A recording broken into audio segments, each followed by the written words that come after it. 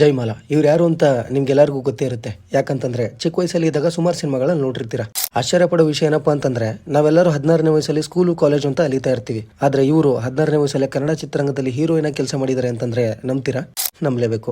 ನೀವೆಲ್ಲ ಅನ್ಕೊಂಡಿರ್ಬೋದು ಇಷ್ಟೊಂದು ಚಿಕ್ಕ ವಯಸ್ಸಲ್ಲಿ ಮೊದಲನೇ ಸಿನಿಮಾ ಹೊಸ ಸಿನಿಮಾ ಅಂತಂದ್ರೆ ಯಾರೋ ಹೊಸ ಹೀರೋ ಜೊತೆ ಕೆಲಸ ಮಾಡಿರ್ತಾರೆ ಅಂತ. ಆದ್ರೆ ವಿಷಯ ಅದಲ್ಲ. ಇವ್ರು ಕೆಲಸ ಮಾಡಿರೋದು ಯಾರ ಜೊತೆ ಗೊತ್ತಾ? ಇಡೀ ಕರ್ನಾಟಕದ ಮೂಲೆಗೂ ಗೊತ್ತು, ಅವ್ರ ಹೆಸರಿಗೆ ಗೊತ್ತು. ಕನ್ನಡ ಜನತೆನೇ ನನ್ನ ಸಂಪತ್ತು, ಅಭಿಮಾನಿಗಳೇ ದೇವರು ಅಂತ ಕರೆದಿರೋ ಕನ್ನಡದ ಕಂಠೀರವ ಡಾಕ್ಟರ್ ರಾಜ್ಕುಮಾರ್ ಅವ್ರ ಜೊತೆ 1975ರಲ್ಲಿ ದಾರಿ ತಪ್ಪಿದ ಮಗ ಅನ್ನೋ ಸಿನಿಮಾಯಿಂದ ಜೈಮಲ್ ಅವ್ರ ಜರ್ನಿ ಶುರು ಆಗುತ್ತೆ. ದಾರಿ ತಪ್ಪಿದ ಮಗ ಸಿನಿಮಾ ಹಿಟ್ ಆದ್ಮೇಲೆ ಅನಂತ್ ನಾಗ್, ಶಂಕರ್ ನಾಗ್, ವಿಷ್ಣುವರ್ಧನ್, ಅಂಬರೀಶ್ ಹೀಗೆ ದೊಡ್ಡ ದೊಡ್ಡ ಕಲಾವಿದರ ಜೊತೆಗೆ ಅಭಿನಯಿಸುವ ಅವಕಾಶಗಳು ಸಿಗ್ತಾನೆ ಹೋಗ್ತವೆ ಅಂತಾನೆ ಹೇಳ್ಬೋದು. ಕೇವಲ ನಟಿಯಾಗಿ ಕೆಲಸ ಮಾಡೋದಲ್ಲದೆ ನಿರ್ದೇಶಕರಾದ ಗಿರೀಶ್ ಕಾಸರವಳ್ಳಿ ಅವರ ತಾಯಿ ಸಾಹೇಬ್ ಅನ್ನೋ ಸಿನಿಮಾದ ಮೂಲಕ ಪ್ರೊಡ್ಯೂಸರ್ ಆಗಿ ಕೂಡ ಕೆಲಸ ಮಾಡ್ತಾರೆ.